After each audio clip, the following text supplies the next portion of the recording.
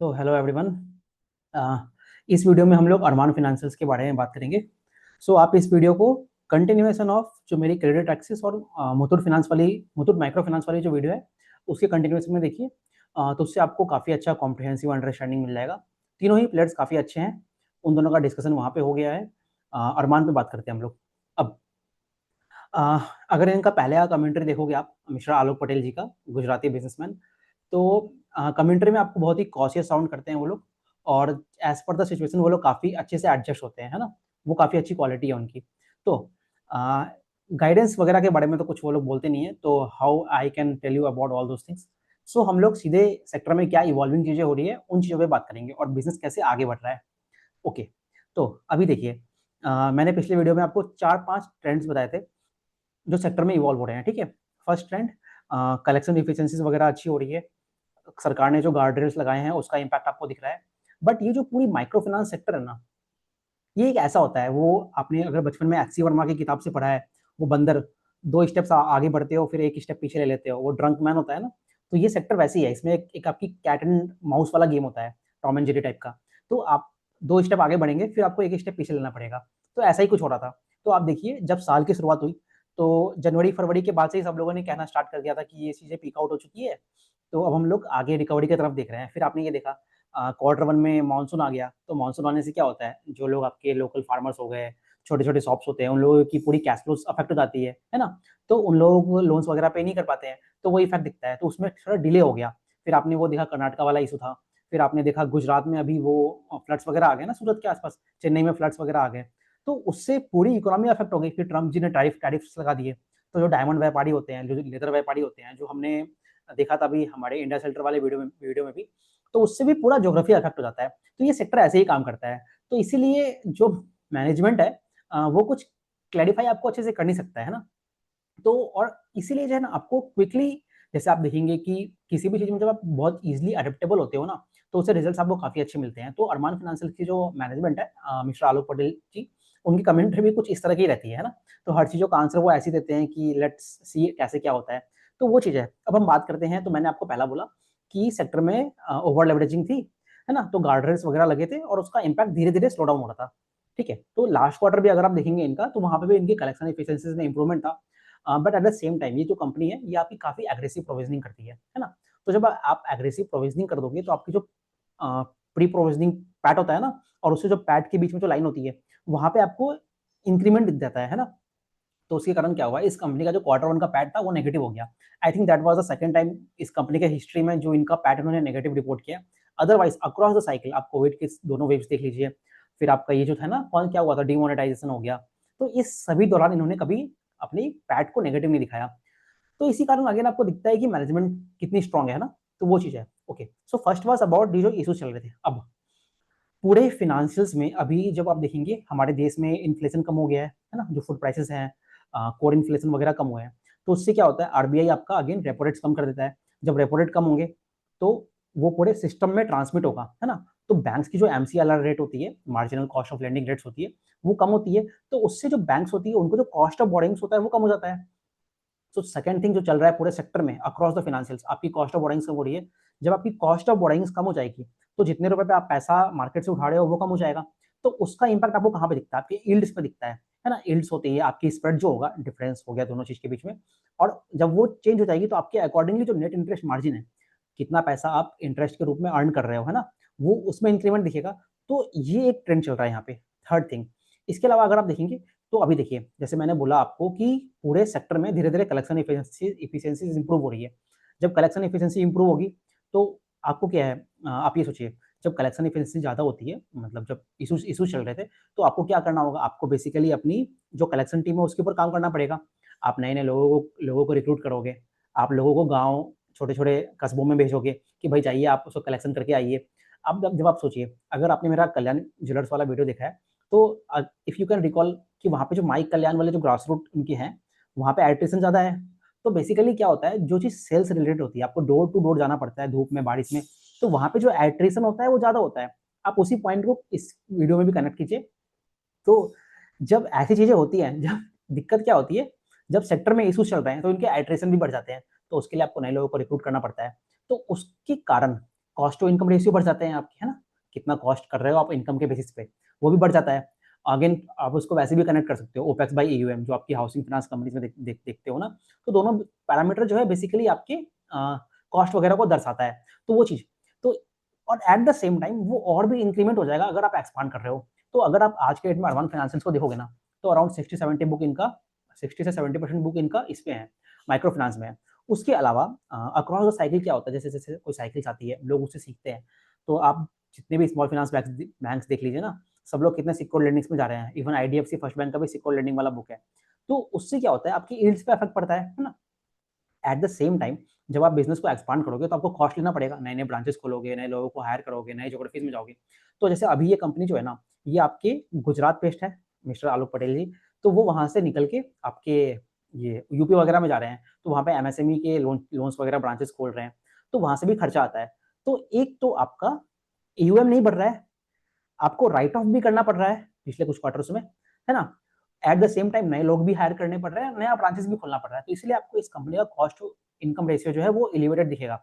और वो अभी आगे जाके भी ऐसा ही रहेगा, जैसे जैसे डिसबर्सल बढ़ेंगे, इनके इनकम्स बढ़ेंगे, तो उसके बाद आपको ऑफकोर्स वहां पर डिक्रीमेंट दिखेगा। बट कंपनी कहती है दिस इज द रियलिटी, तो हमें इसके अकॉर्डिंग चलना है।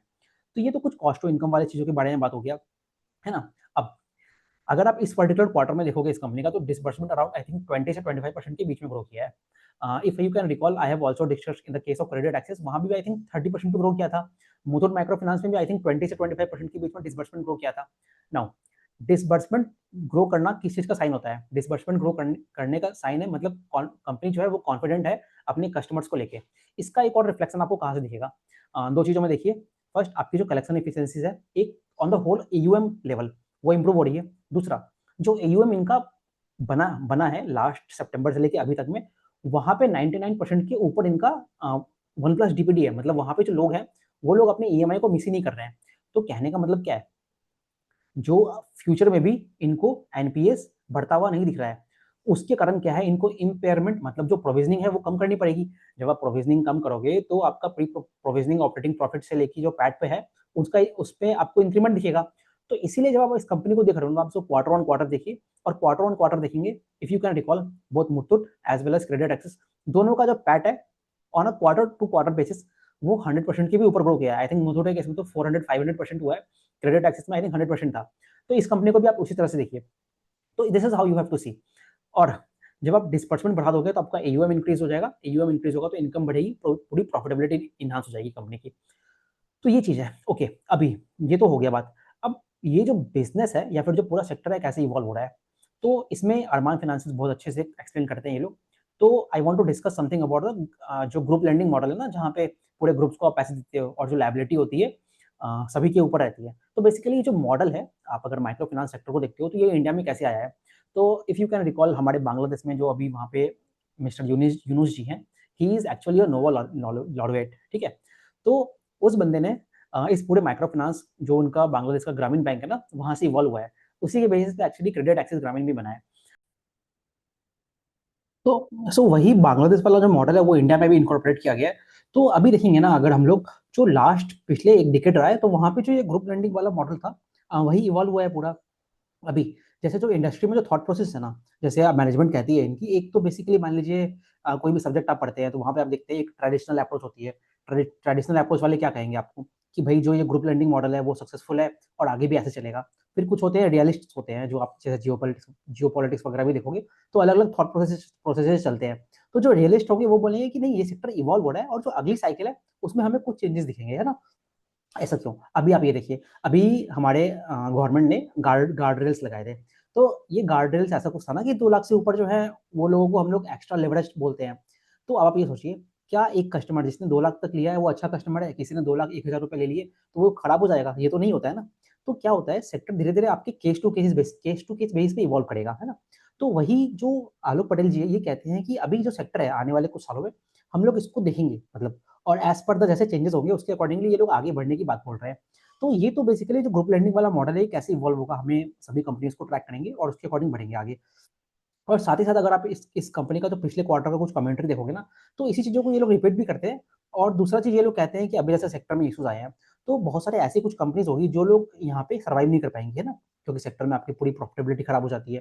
तो एक और जो चीज़ है इस पूरे सेक्टर में अभी कंसोलिडेशन का फेज़ हो रहा है। तो यहाँ पे सिर्फ जो कंपनियाँ अच्छी होंगी, जो स्ट्रॉन्ग होगी, वो अच्छे से ग्रो कर पाएँगी। तो ये चीज़ है। अच्छा, इसके अलावा इस कंपनी ने अभी एक और चीज़ें की हैं।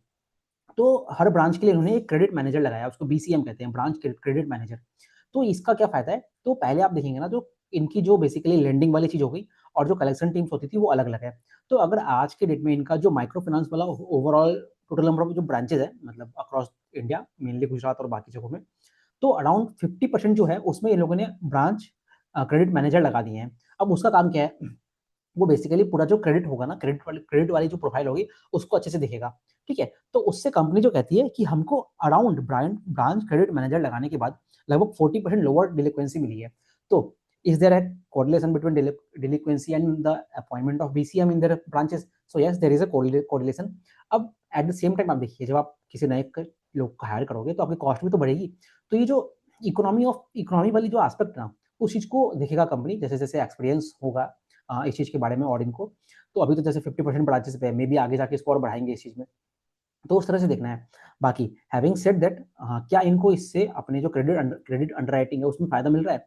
तो ऑफ कोर्स वहाँ से फ़ायदा मिल रहा है। और दूसरी चीज़ क्या है, जैसे-जैसे इस कंपनी को एक्सपीरियंस मिल रहा है, तो वो प्रोसेस और भी स्मूथ हो रहा है, तो वो उस तरह की बात है। ओके, तो इसका फ़ायदा क्या होता है? इससे अल्टीमेटली आपको फ़ायदा क्या होगा? जो क्रेडिट कॉस्ट होते हैं, वो उसमें आपको कमी दिखेगी। तो उसका अगेन आपको इम्पैक्ट दिखता है, लास्ट 2 या 3 क्वार्टर इनके जो क्रेडिट कॉस्ट है, उसमें भी कमी दिख रही है आपको। और सिर्फ़ ये ब्रांच क्रेडिट मैनेजर का यही काम नहीं है। आप जैसे देखिए, ये लोग अभी लोन अगेंस्ट प्रॉपर्टी में जा रहे हैं, एमएसएमई वाले पोर्टफोलियो में भी है, टू व्हीलर्स वाले में भी है ना? तो वो जो ब्रांच क्रेडिट मैनेजर होगा, वो इनको इन प्रोडक्ट्स में भी एक्सपांड करने के लिए हेल्प करेगा एक तरह से। तो एक तो वो भी यूटिलिटी हो जाएगी उसकी। तो ओवरऑल जो कंपनी का जो डायरेक्शन है ना, उसकी तरफ आगे बढ़ने की बात कर रहे हैं कंपनी। ओके, ये चीज़ है। अभी ओके, ये वाला हमने बात कर लिया। अब अब यहाँ से हम लोग कुछ आउटलुक वगैरह के बारे में बात करते हैं। इस सेक्टर में आपको क्या आउटलुक दिख रहा है? तो अगर आप देखेंगे तो कंपनी कहता है हमने बोथ सितंबर और एज़ वेल एज़ जो अक्टूबर है उसमें अराउंड 140-150 करोड़ का डिसबर्समेंट किया है ना? जो कि पिछले 8 या पिछले कुछ क्वार्टरों से काफ़ी ज़्यादा है फॉर अ सिंगल मंथ। अब कंपनी यहाँ से टारगेट कैसा करता है? कंपनी का जो एम है अराउंड 180 करोड़ का डिसबर्समेंट अगर वो लोग मंथली बेसिस पे करेगा, तो उसको वो लोग अच्छा मानते हैं। तो एक तरह से आपको दिख रहा है कि कंपनी जो है आगे जाके यहाँ से डिसबर्समेंट बढ़ाने की बात कर रहा है ना? ओके, अब तो हमें वो चीज़ उस तरह से हम लोग देख सकते हैं कि आगे जाके यहाँ से कंपनी का ग्रोथ वाले पाथ पे ही जाएगा H2 के अंदर। इसके अलावा चलिए अब बात करते हैं हम लोग इनकी जो आरओई प्रोफाइल है। तो अगर इस कंपनी का अब जो अच्छी वाली टाइम होती है जहाँ पे अभी जैसे देखिए, इसको समझना है, आप देखिए इकोनॉमी जो होती है, कभी आप देखते होंगे इंडिया की जो जीडीपी ग्रोथ रेट है 8% क्रॉस कर जाती है। कुछ क्वार्टर में 5% भी होती है। तो एक साइक्लिक वे में आगे बढ़ता है, ठीक है? और उसके बीच में एक पोटेंशियल जीडीपी का कर्व होता है। कहने का मतलब क्या है? तो जब इनका बहुत ही अच्छे मतलब सब कुछ एनवायरनमेंट मतलब इकोनॉमी में अच्छा होता है, तो वहाँ पे जो इनका आरओई प्रोफाइल होता है अक्रॉस द साइकिल पिछले 10 सालों में, वो आपके 5, 6, 7 एक्स पे भी पहुँच जाता है। लेकिन जब वहीं इश्यूज़ आते हैं तो वो घट के जैसे अभी कितना है सिंगल डिजिट में होगा, मतलब 2-3% पे होगा, 3% भी नहीं होगा। तो वो बहुत कम हो जाता है। तो कंपनी कहती है कि अगर हम सस्टेनेबल देखें तो उसमें अपना 3 से 4 के बीच में आरओए टारगेट करते हैं।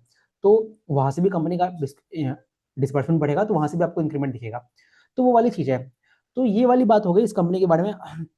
और कंपनी एक और चीज़ कहती है कि जैसे अगर आप देखते हैं ना ओवरऑल जो माइक्रो फाइनेंस साइकिल है अभी के लिए, जो पिछली साइकिल्स रही है, जैसे कि आपको कोविड-19 हो गया, है ना? तो ये सारी जो चीज़ है ये आपके एक्सटर्नल फैक्टर्स के कारण थी। ये आपके इंटरनल इकोनॉमिक फैक्टर्स के कारण नहीं थी।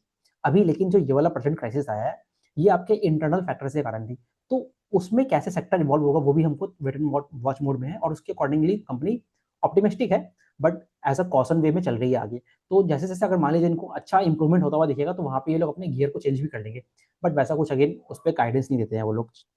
तो ये है इस कंपनी के बारे में। तो this was the major points which was discussed और कैसे सेक्टर आगे बढ़ रहा है। हाँ, ओके। अब एक और चीज़ अगर आप देखेंगे तो इनका जो एमएसएमई वाला जो पोर्टफोलियो है ना, वहाँ पे अगर आप इनका यील्ड्स देखोगे ना वो 30% के ऊपर है। ओके, अब यहाँ पे एक बहुत बड़ा क्वेश्चन आता है, सब लोग इससे क्वेश्चन पूछते हैं कि भई आप लोग इतना यील्ड चार्ज कैसे कर पाते हो इस पोर्टफोलियो पे? तो इसको आप कनेक्ट कीजिए मेरे मुथूट माइक्रो फाइनेंस वाले वीडियो से। उसमें आई थिंक क्रेडिट एक्सेस या किसकी मैनेजमेंट ने कहा था, सभी को कंबाइन करके मैं आपको बताता हूँ। तो देखिए, ये जो कस्टमर्स होते हैं ना, यहाँ पे क्वेश्चन ये आता है लोगों का कि आप ये सोचिए इतना 30% इंटरेस्ट कौन देने को तैयार हो जाता है? इतना तो आपको पर्सनल लोन्स पे भी नहीं मिलता है। तो आप यहाँ पे इन यू लोन्स की यूटिलिटी को समझिए। तो आप ये देखिए, जैसे दीपावली आया, एक स्मॉल पर्सन आया, मतलब छोटा व्यापारी आया, उसने क्या किया 1 लाख का फायर क्रैकर्स खरीद लिया और उसको जाके बेच दिया दीपावली पे। वहाँ पे उसको 50,000 रुपये का प्रॉफिट हो गया, और मान लीजिए उसने लोन्स लिया, मान लीजिए क्रेडिट एक्सेस से लोन लिया या फिर आपका अरमान फाइनेंशियल से लोन लिया, 30% पे ले लिया। तो कहने का मतलब क्या है, शॉर्ट टर्म में बहुत क्विक वे में उनको लोन्स मिल गया और उसने उसको खुद सेल करके एक शॉर्ट वे में काफ़ी अच्छे से पैसा कमा लिया। सो इस तरह से काम करता है। सेम आप इसको अप्लाई कर सकते हो जब एग्रीकल्चर के आउटपुट आते हैं, तो वहाँ पे जो आपके ये किसान वगैरह होते हैं ना, तो उनको फ़ायदा हो सकता है। फिर अगर आपको और देखना है तो ऐसे ही जैसे फार्मर्स वगैरह हो गए, फार्मर्स का एग्जांपल हमने दे दिया, या फिर वैसे बिजनेसमैन वगैरह हो गए, तो इस तरह से चलता है। तो ये जो कस्टमर्स है, इनके लिए उसका पर्पस अलग होता है ना? ऐसा नहीं है आप या मैं जैसे मान लीजिए किसी ने कार लोन्स लिया, किसी ने हाउस लोन्स लिया, उस तरह के कस्टमर्स नहीं है। ये कस्टमर प्रोफाइल बहुत ही अलग है। उन कस्टमर्स को फ़ायदा होता है इसलिए वो लेते हैं, क्योंकि ईज़ी क्रेडिट मिलता है ना, तो वो चीज़ है। तो this was all about this Arman financials. तो अब हमने जितनी भी कंपनीज़ डिस्कस की है, जो इम्पोर्टेंट कंपनीज़ है, उसके बेसिस पे तो हमें तो ये क्लैरिटी बिल्कुल ही हो गई कि सभी कंपनीज़ का बॉटम आउट हो चुका है। जब अरमान फाइनेंशियल से सबसे लेट कहता है, उसमें भी हमें इस पर्टिकुलर कंपनी के कॉन कॉल में दिख गया इस क्वार्टर में कि ये लोग भी कहते हैं कि अब ग्रोथ मोमेंटम आगे, हालाँकि बहुत ज़्यादा नहीं कहते हैं, बट कमेंट्री से तो ये क्लियर है कि ग्रोथ मोमेंटम के पाथ पे ये लोग आगे बढ़ रहे हैं। सो काफ़ी इंटरेस्टिंग हो जाते हैं ये सारे प्लेयर्स, और तीनों प्लेयर्स अच्छे हैं, तीनों को आप देखिए, अंडरस्टैंड कीजिए, है ना? तो this is how you have to see the business, और कैसे ये लोग ग्रो करेंगे इससे आगे आगे, वो भी हमें क्लैरिटी मिल जाएगा, क्योंकि पूरा सेक्टर ही इवॉल्व कर रहा है ना। So this was all the point which I wanted to discuss from this particular video. I hope कि आपको समझ में आ गया होगा। Thank you very much.